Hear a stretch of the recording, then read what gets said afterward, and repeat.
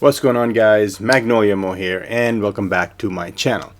Today we are going to talk about the Topping B200 ultra high performance mono power amplifier. And I want to thank Rosemary at Oppos for sending me yet another review unit. Let's get these amplifiers unboxed.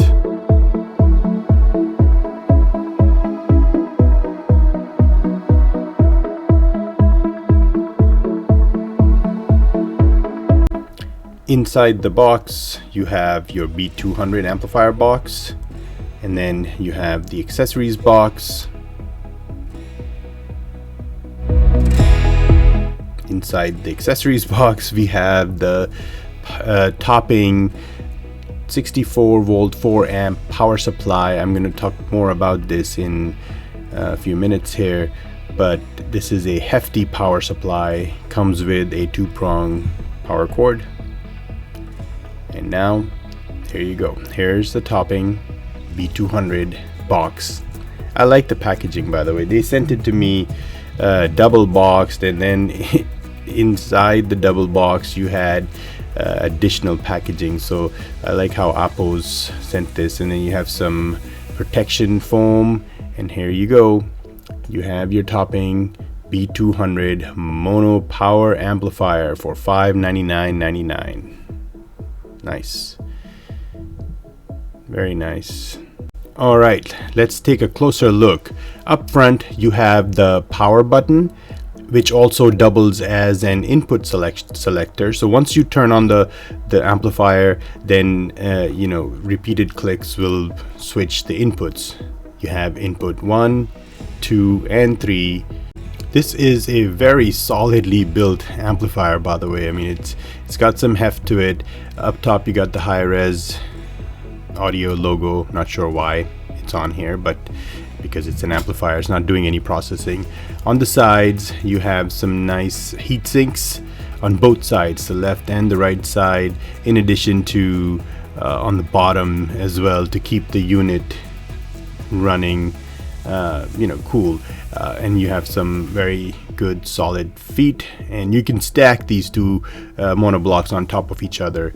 All right, so here you see the other heatsink. All right, so let's take a look at the back here. You do have the heatsinks up at the top and the bottom. Here's your power in. I'm going to demonstrate how there's a locking mechanism that prevents the power supply from coming off. You have your 12 volt trigger in to be controlled by your DAC or by your preamp.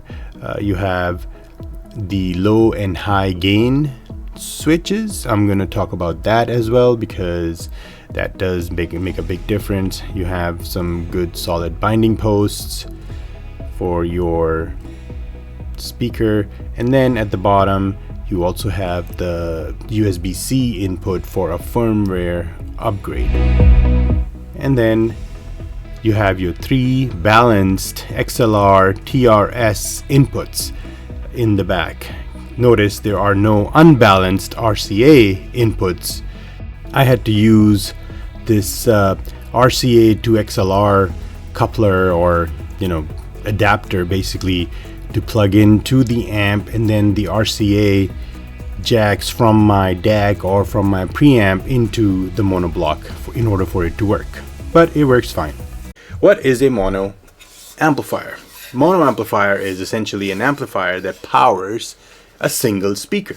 So it'll have a single set of binding posts, as you can see right here, and it'll have a single input, right? From a source, so typically from your preamp, or you can have a DAC going directly into the amplifier, right? As long as you have a way to control the volume, because there is no volume control on an amplifier, right? So this is a monoblock amplifier, or mono power amplifier, which powers a single speaker. The B200 sports Topping's brand new NFCA nested feedback composite amplifier discrete power amplifier, setting a whole new standard for sound clarity and precision. From a gain standpoint, the high gain is 22 dB and the low gain is 11.6 dB. The signal to noise ratio is 145 dB. The dynamic range is 145 dB. So those are two important facts. From a wattage standpoint, this thing will deliver 200 watts per channel into 4 ohms and 8 ohms with less than 1% distortion. 240 watts, I believe, at 10% distortion, but I don't pay attention to that figure. I pay attention to the less than 1% distortion figure, which is 200 watts, which is plenty, right, to drive any type of a speaker. And it is 22 centimeters in width, 9.2 centimeters in height, and 18.5 centimeters in depth. From a weight standpoint, I believe it's about 17 pounds. Feels like 17 pounds. All right, so I talked about the power supply, which is 64 volts and 4 amp, right? Which is pretty solid. And the advantage of that is you don't have this mixed into this, right? So you have the power supply completely separate from the actual unit, which, you know, has to yield better signal to noise ratio, better dynamics as well too. So now connecting the power supply to me is, you know how you have these DC power supplies that just sometimes can just come off. With this, you have this fastener over here that actually screws on to the power unit. And me being old with my old eyes, so I plug that in, and then here we go. That's it. It's on there solid, and no one can take this off. I like that piece about the power supply. All right, so let's hook this up and see how it sounds. So here's the setup. I auditioned the B200s in 2 different scenarios. One, feeding the DAC from the computer into the left and the right B200s, each plugged into the left and the right Martin Logan Montage, right, for computer audio. And that's the DAC driving the volume as well. And then the second is using the Pioneer Elite as the preamp, so the DAC from the PC going into the Pioneer Elite and then into the 2 amps. And then the computer DAC that I'm using is the EVGA new audio.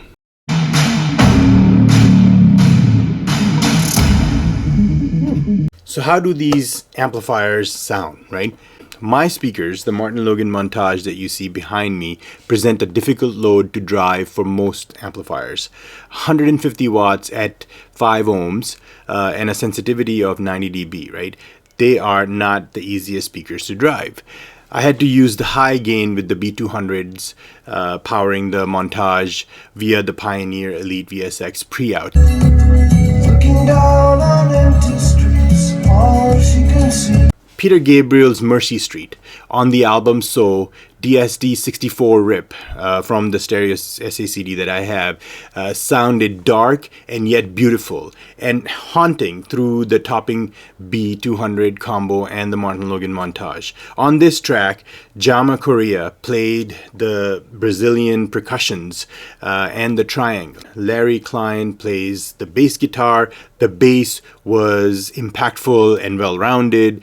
Peter Gabriel's vocals are centered between the left and the right speakers, as I have gotten used to, right, as far as that track is concerned. There is very little in the way of highs on this particular track other than the triangle, right, which Jama Korea plays, which makes the entire composition, right, entire sound dark, right? It just has this dark image. Peter Gabriel's double-track vocals at an octave lower can be heard clearly without disappearing in the background. This is a very good track to listen to if you want to appreciate the various layers within the recording. The B200s brought out all the detail in this song and sounded clear and transparent. The backgrounds are absolutely quiet when the song starts, and then you can hear the clear separation in the instruments as the song gets going.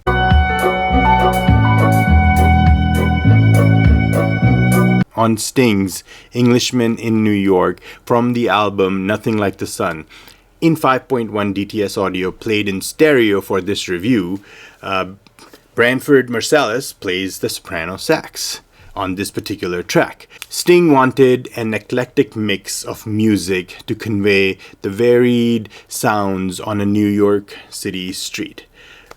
It starts out as reggae, then there is a bridge that feels classical, but then there are violins and harpsichords followed by jazz. There's some, some drumming. So Sting wanted to give the impression of somebody walking down the street passing different musical events, right? To sum up what it's like on the streets of New York City. If you've been to Soho, if you've been to Greenwich Village, that's what at least I used to back in the in the late 90s used to hear, right?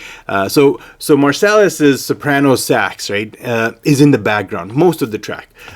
Between the left and the right speakers, with the strings even farther away, right? So meaning there is clear delineation between the soprano sax and the strings, and you can hear that separation with these particular amps. And the B200s clearly, right, put the sax and the strings in the background, except in the end where the sax starts up front and then fades back as the song comes to an end. B200s and the Montage combo was a lot of fun to listen to.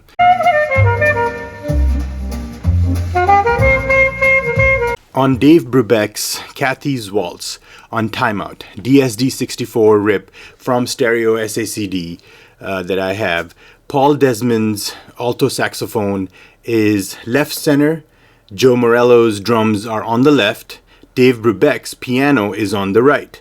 The channel separation between the piano and the drums is awesome. With the sax left center anchored by Eugene Wright's bass in the middle, this track was rendered perfectly by the B200s and sounded clear and transparent, revealing the sound as it was recorded. It was a great listening experience. So to sum it up, right?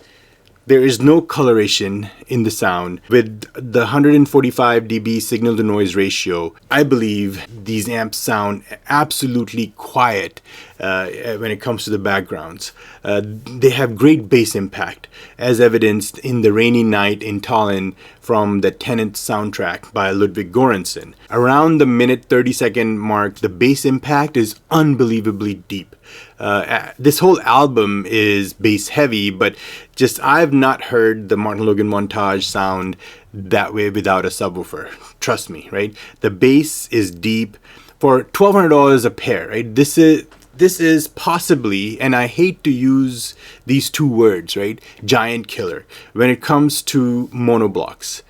I'm telling you, I mean, the sound again is transparent, is clean, the channel separation is awesome, exactly what you would expect from monoblocks, right? That's what you get with these. I'll leave my affiliate links in the description below for these particular amplifiers. If you're interested, check them out. Again, like I said, $1,200 a pair. It's a no-brainer. All right, guys. I hope you found this video useful. As usual, please don't hesitate to leave me some comments, leave me some feedback, and don't hesitate to like, subscribe, and share this video, and I'll see you guys in the next one.